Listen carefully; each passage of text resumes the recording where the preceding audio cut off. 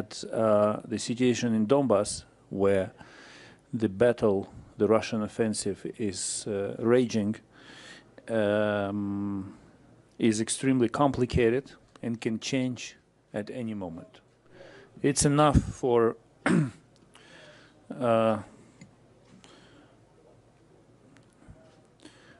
one of our units to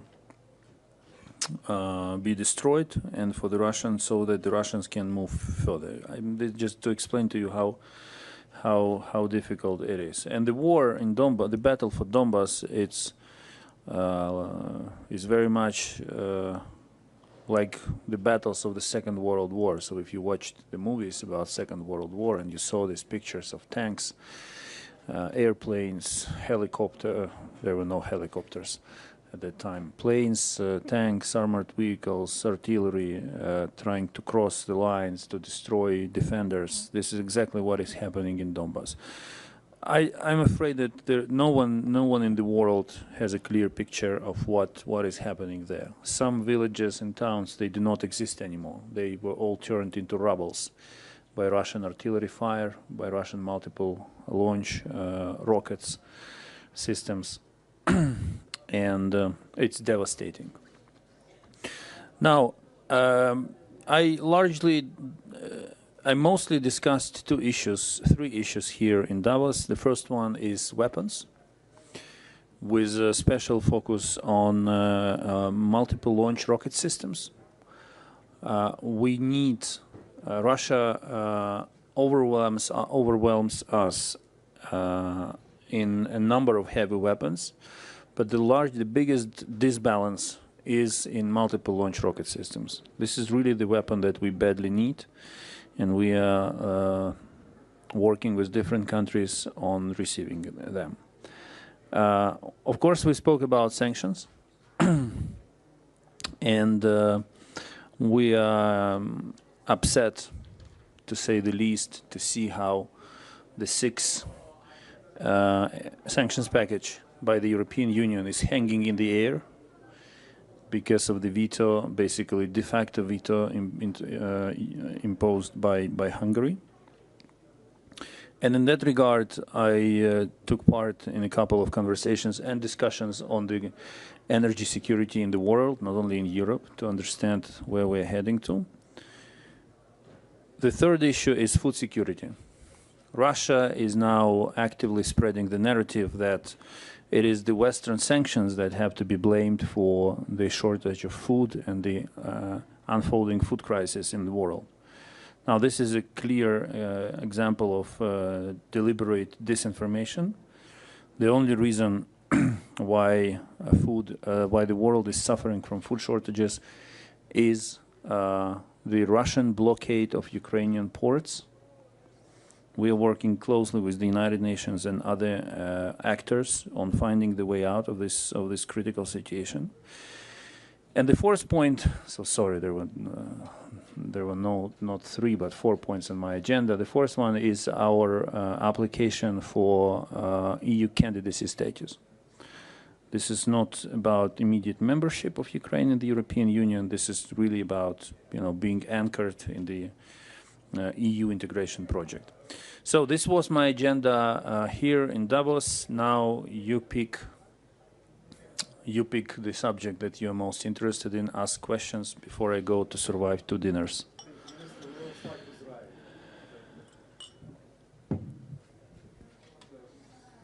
Thank you, Minister. I'd like to ask you about security guarantees for Ukraine. What should be the role of the European Union? What should be the role of the international community? Thank you. Yes, it's a very good question, because basically what we see now is that new security architecture is needed, and this security architecture should resolve the issue of security for Ukraine. In 1994, we abandoned our third largest nuclear arsenal in the world, and instead of guarantees, we received assurances, which never worked. NATO integration kind of hasn't flied so far. So this is, well, we'll keep it in mind, and it's still part of our foreign policy, but we need something here and now. And therefore, President of Ukraine, Volodymyr Zelensky, put forward this idea of signing an agreement or agreements on security guarantees with the number of countries who are close partners of Ukraine and who are willing to provide our country with such guarantees. This dimension of our foreign policy is being led by President himself and Chief of his office, Mr. Andriy Yermak. And we as the Foreign Ministry are fully on board and do kind of our line of communication with foreign ministries of other countries.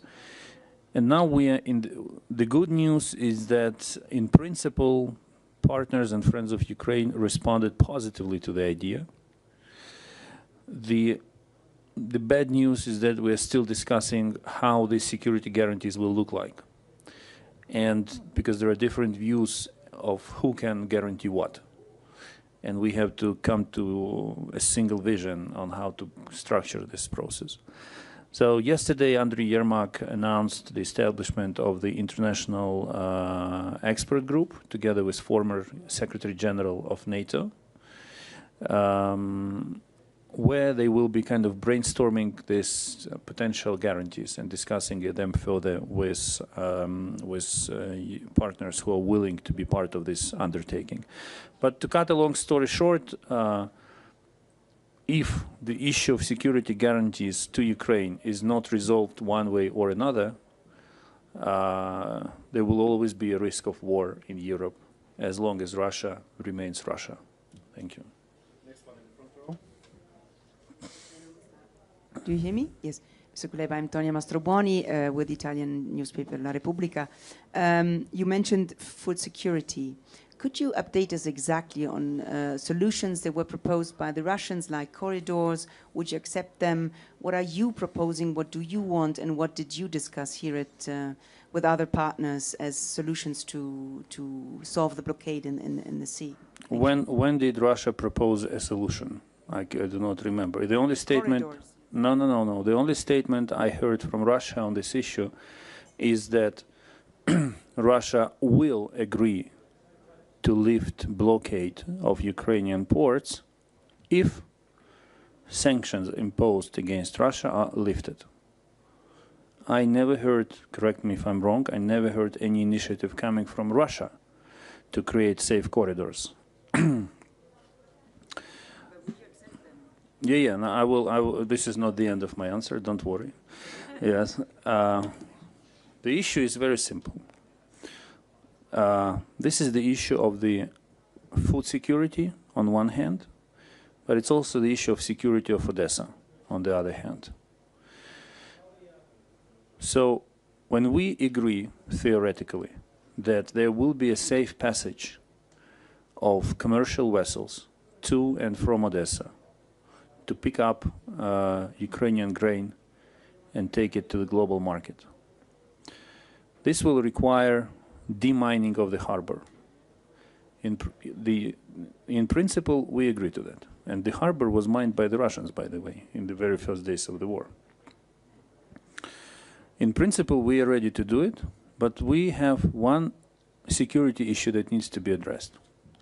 How to guarantee that the moment we will create this safe passage and the entry to the harbor is demined, how to make sure that at night or early in the morning, Russia will not violate the agreement on the safe passage and its military vessels will not sneak into the harbor and attack Odessa. So in the end, the whole story with this corridor is an issue of trust with Russia. As you could probably imagine, this is quite problematic. Trust in Russia is a big issue. So now we are working with the United Nations to find the way how to address this security concern. And it is also the security concern not only of Ukraine, but also of the countries whose vessels and shipping companies whose vessels will be involved in it, because you do not want your vessels to be held hostages by the Russian offensive on Odessa from the sea.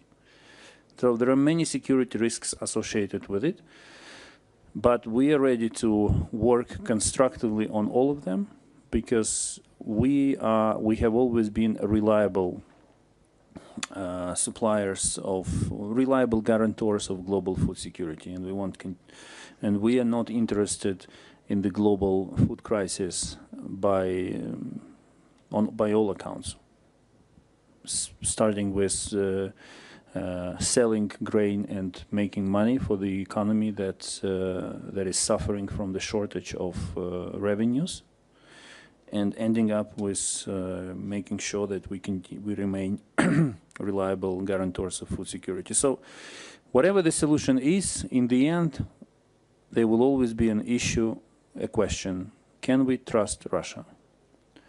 The one who gives a positive answer to that question and can guarantee that we are not making a mistake will be the savior of the world from global food crisis.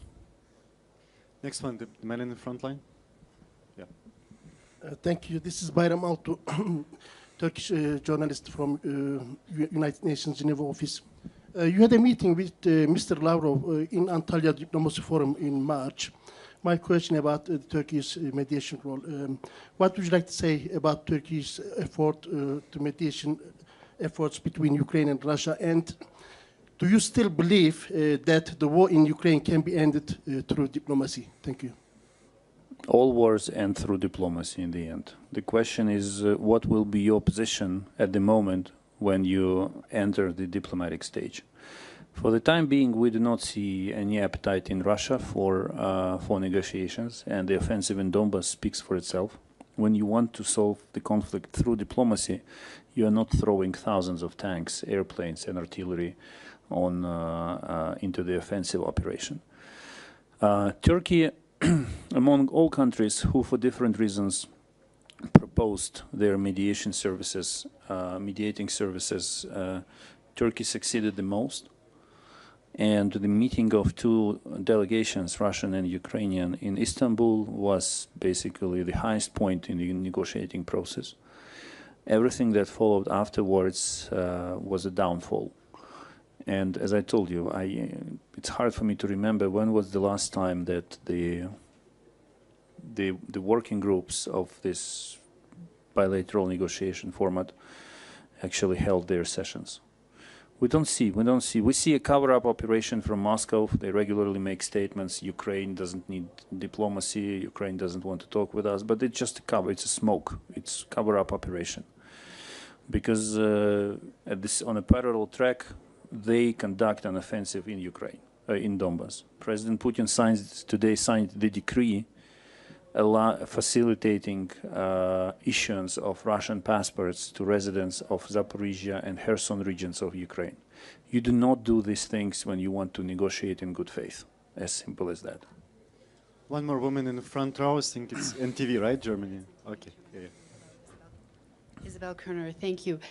President Zelensky said that Ukraine needs $5 billion a month immediately to stave off economic collapse. Has Davos brought you closer to this sum? And how far is your country from economic collapse? You know, everyone is always waiting for Ukraine to collapse, and it never does. On the eve of the months and weeks before the aggression started, okay, I'll tell you a short story. A couple of days before Russia actually attacked Ukraine, there was a serious meeting with serious people from different countries sitting down, all of them friends of Ukraine, and they tried to calculate different scenarios. And the unanimous conclusion was that Ukraine will not survive. It will collapse in 3, maybe in 7 days. I'm still talking to you. Thank you for asking the question. So the same goes for economy. We are more resilient than one might think.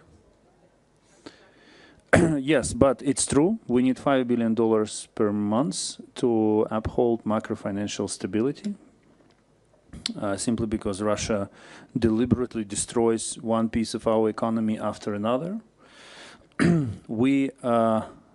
I think this issue will be solved through through three sources. The first one is this support coming from the European Union. The second will come from international financial institutions.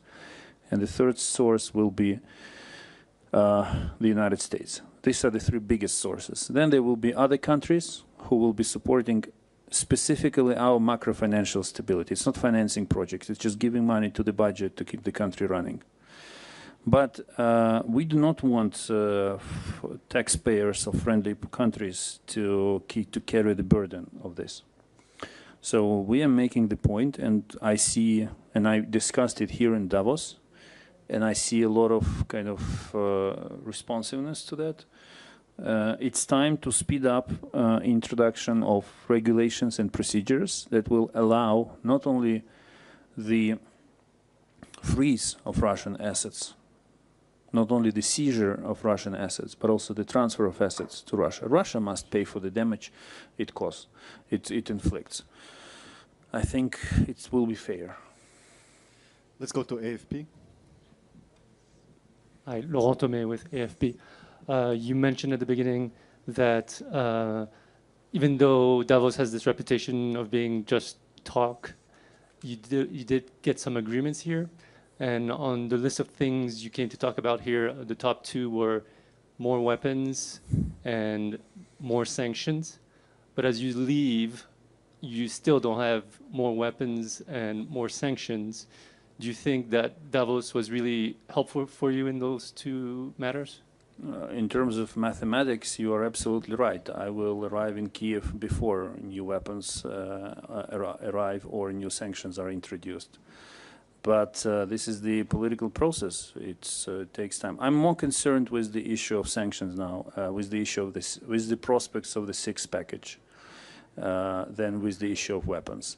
I think that weapons, some weapons that we discussed here today, will be on their way pretty soon, while we will still have to wait for the European Union to sort out the issue of the sixth package. Sorry, so but this trip was useful for you? It's my first time in Davos, so in terms of enriching my personal experience, yes, of course, it was very useful. Let's go to second, third row because I think we don't want to offend people. Yeah, you're on the right. Just wait for the microphone. I'm sorry, I have to interrupt the press conference for a second.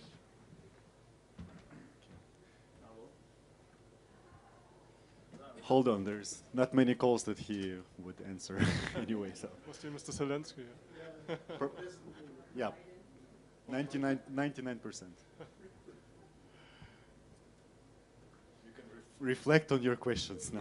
Maybe you tell us some breaking news. Me? No. President Zelensky is listening to this press conference. He wasn't correct.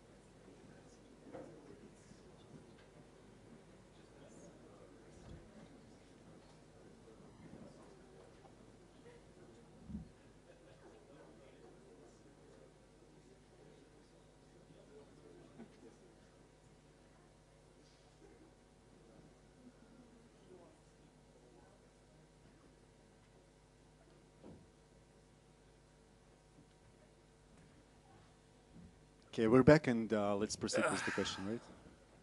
Thanks for coming back. I'm sorry. No problem. Michael Brecher, Der Spiegel, Germany. Oh no, don't ask me about weapons from Germany. That's exactly what I'm going to do. I'm sorry, Mr. Kuleba. Olaf Scholz is going to come here to Davos tomorrow. Germany, as you know, has been reluctant at first when it came to German weapon deliveries. Is there anything that you can ask from him? And what are your expectations when it comes to German weapon deliveries? My expectations from what? From German? From Germany, yeah, when it comes to weapons deliveries.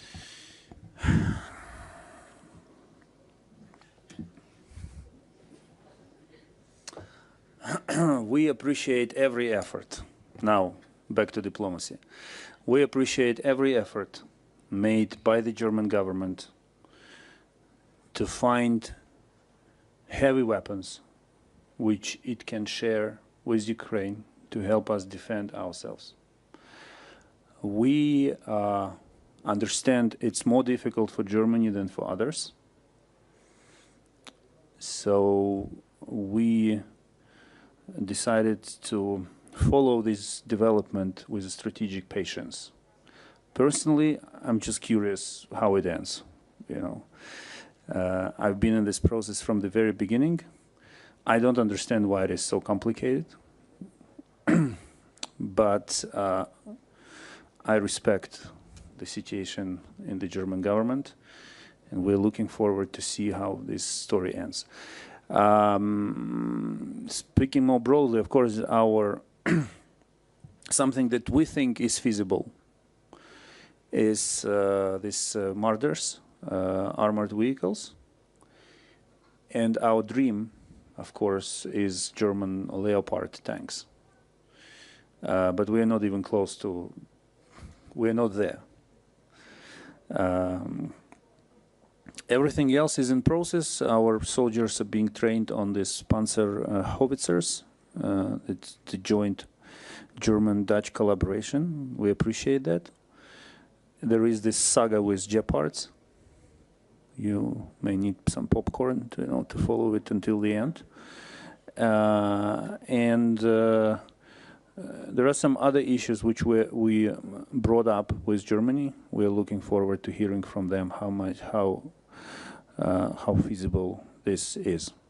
I think it's an issue. It's not an issue. We clearly understand that Germany will not be the country that will lead the process of supplying Ukraine with heavy weapons we need. And let's get clear: if we don't get heavy weapons, we get killed. It's you can quote me. Those countries who are dragging their feet with the issue of providing Ukraine with heavy weapons, they have to understand every day they spend deciding, weighing different arguments, whether to do it or not. People get killed, soldiers, civilians, towns and villages being destructed. Because if Russia has multiple launch rocket systems to cover our village and to even it with land, with earth, and we don't have to destroy Russian positions and prevent them from doing it, this is it. So if we don't get all necessary heavy weapons, this will cause more deaths and damage. We are very honest with this. Sometimes I hear criticism that we push too far. I'm sorry, if your people were dying every day in such numbers, I'm sure that Germany would be pushing even more against everyone else to help them. So I do not wish anything what we are going through to the people of Germany, don't get me wrong.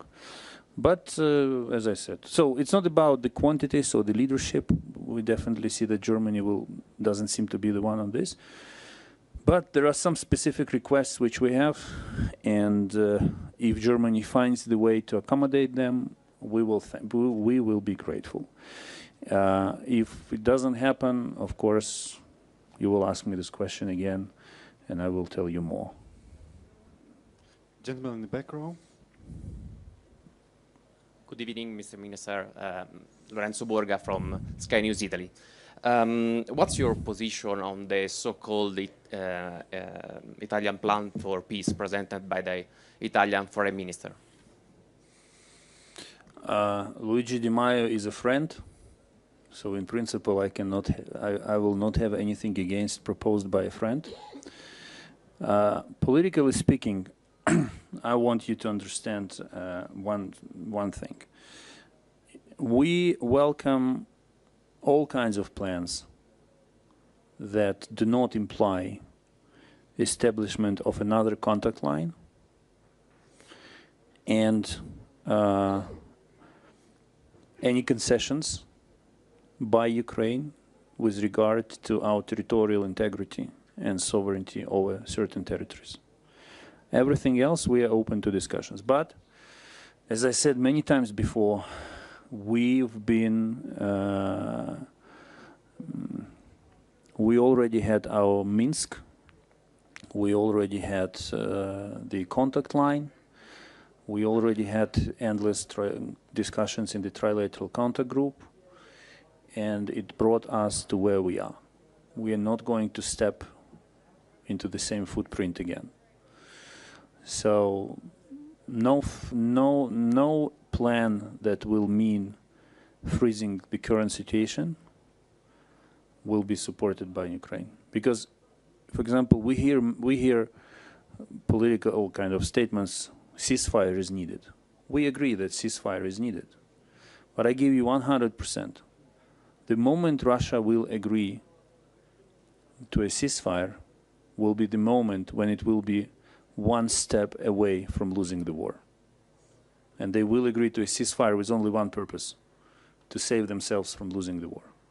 Until then, this war will continue. And we sincerely appreciate every effort aimed at finding a diplomatic solution. But what we see now on the ground and from the analysis of the decisions taken by Kremlin, they are focused on the war, not on diplomacy. We have time for a few last ones. Let's take your gentleman. Yeah, in the center of the second row. Thank you. Hello, my name is Shinya Wake. I'm the reporter for the Japanese newspaper, the Asahi Shimbun. My question is about your about the diplomatic stage you mentioned, and it's very difficult. But what at least do you need from your side to sit on the table for the negotiation to start this diplomatic stage to end this tragedy? And one more question, if I may. You've explained a lot about how the cities and villages have destroyed. How long do you think is needed to restore after this war has ended? We do not have any preconditions for restarting diplomatic negotiations with Russia. We are not saying stop this and that. Emotionally, it's extremely painful for us to sit at the table with them after all the atrocities committed by Russian army in Ukraine. But we are ready to control emotions if it helps us to bring peace and restore our territorial integrity. So we do not have any preconditions. The problem is that Russia is not sending kind of any messages. It's really willing to sit down and talk in good faith. The key thing is in good faith. If Russia sees negotiations as it did in the first months of the war, throwing papers on the table and saying, take it or leave it, these are not negotiations. This is not diplomacy. This is bullying. And this is something that we will not accept. Timeline for recovery of Ukraine will depend on two things.